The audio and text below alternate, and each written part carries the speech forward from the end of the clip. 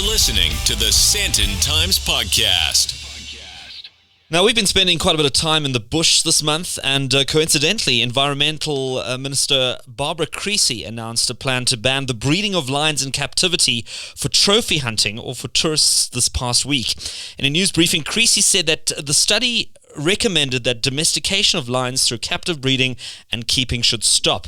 And interesting enough, an article on ecr.co.za quotes that there are about 8,000 to 12,000 lions at some 350 farms around South Africa, which are raised for hunting, tourism and academic research, according to estimates by wildlife groups. And meanwhile, only around 3,500 lions live in the wild across the country, which is a very stark contrast.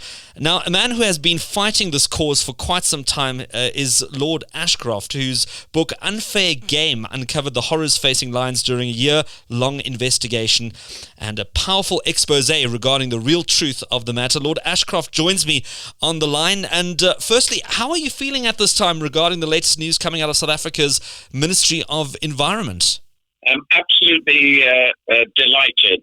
This industry, which has been born for profit and the lions bred for the bullet, has been a stain on South Africa for many years. And I believe it's very brave of the minister to come to the view that this industry must now stop and that the spoiling of brand South Africa must cease. It's a good feeling. For me, the investigation that led to the book of Unfair Game was an expensive venture. It was around $1 million, but with a breath of relief, it's money well spent. It's an amount that normal media couldn't afford to do, nor could any charity afford to do. And so there's still some way to go until the industry and the stain is removed, but it's an excellent start. Now, in your own words, what do you feel are some of the key findings that you had uncovered in your book, The Unfair Game, that would have possibly moved government to make this decision? A number of reasons. A warning from experts that lion farming and the lion bone trade are likely to lead to another major public health incident, possibly even another coronavirus-style pandemic. And there was footage in the book and on my website showing two hunting lodge owners callously shooting a lioness in a tree. Animal is then shot another 9 times in 7 minutes as she lies dying in agony on the ground. I showed proof that wild lion cubs are being caught in Botswana to increase the gene pool of South Africa's captive bred lion industry. And this blows a hole in the claims of lion farmers that their business promotes conservation. Evidence of a captive bred lion being hunted and killed illegally using a pack of dogs, and evidence of a British hunter paying to take part in an illegal green hunt in which a lion was shot with tranquilizer darts, and evidence of lions being kept in disgusting conditions at a farm in Free State Province before 54 were slaughtered in just 2 days. And it goes on, and all those details can be found in Unfair Game and on my new website, lordashcroftwildlife.com. Well, those are some startling stories that you've shared there. And, there's some sort of stark contrast between us viewing lions as predators, an animal that humans have feared for so many years, and at the same time, this vulnerability that humans have put lions into. What was the decision to take up the fight for lions specifically? It was by coincidence. For many years, I've enjoyed photographic safaris in Africa, whether it's South Africa, Botswana, Kenya, Tanzania. And I was, funnily enough, at a rhino farm where they looked after baby rhinos that their mothers had been shot by poachers. And I was told about the captive bred lion industry. And quite frankly, I couldn't believe what I was hearing. And so that was the start of the first undercover operation in which I got a group of special forces guys to go and have a look, including flying a drone over a couple of the farms to be able to get a bird's eye view. And my horror, not only was the story true, but the trade was even worse than that had been described to me, and the conditions in which the lions were kept were abhorrent. So I then decided that perhaps I needed a second undercover operation. And during this process, I actually got a hunter to buy a lion and go through the process, go to the farm, and go through the whole procedure, and then at the last minute not to shoot this particular lion. But having paid for the lion, I insisted through my people that we actually rescued it, and it is today in a safe home because I'd actually bought the lion.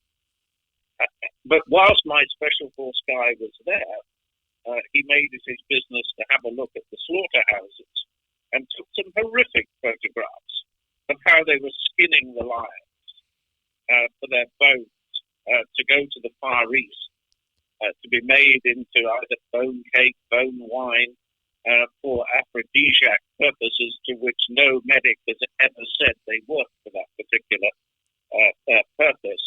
And even though there was a legal limit on the number of skeletons that South Africa could export, it was abundantly clear that limit was regularly exceeded. And I suppose one of the things which I mentioned earlier of going to Botswana, where they went across the border deliberately to kill the mothers in order to steal the wild cubs, to bring them back into South Africa to improve the gene pool. This is horrific stuff. So the minister, in taking the view that it should stop, is absolutely right. And I'm delighted. How do you think that this multi-million-dollar industry that's now been built around this is going to react to some of this news? Well, of course, they're going to be disappointed. But in life is not about the best of choices. It's always about least worst alternatives. And in this particular case, for the sake of South Africa as a whole and the brand South Africa, it's absolutely necessary that this trade be stopped. And so, of course, like any criminal that gets, well, I choose my words carefully, is that anyone that gets stopped in illegal activity is always a bit fed up.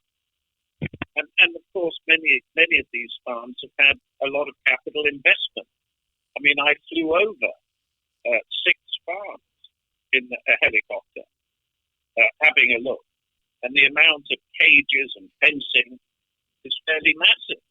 And of course, that will have to be used for something else or written off. But that's a consequence of what they started in the first place. Well, Lord Ashcroft, final question. Following the success you've now had with this investigation and sort of the action that's been taken, are there any other causes on the map that may face a similar effort or a similar sort of project that you've undertaken? Well, even before this particular project, I have been involved in a campaign to halt commercial whaling. And this goes back 10 years or so. And I find it abhorrent in the 21st century that wealthy countries, such as Norway and Japan, kill thousands of whales every year. And these beautiful creatures often die horrible deaths after being shot by harpoons that explode once they're penetrated into the whale. Whaling is cruel, outdated, and unnecessary. It's another barbaric practice which I hope will be stopped one day. Well, if you're listening and you want to find out more about this book, Unfair Game, an expose of South Africa's captive bred lion industry, go check online, and it's probably also available at all good bookstores. Lord Ashcroft, I thank you for making the time, not only for this interview, but for this investigation that has now led to this landmark announcement that could make African lions that much safer on the continent. Thank you very much indeed for taking the time to be interested in it. This is the Sandton Times Podcast. Follow us on on social media.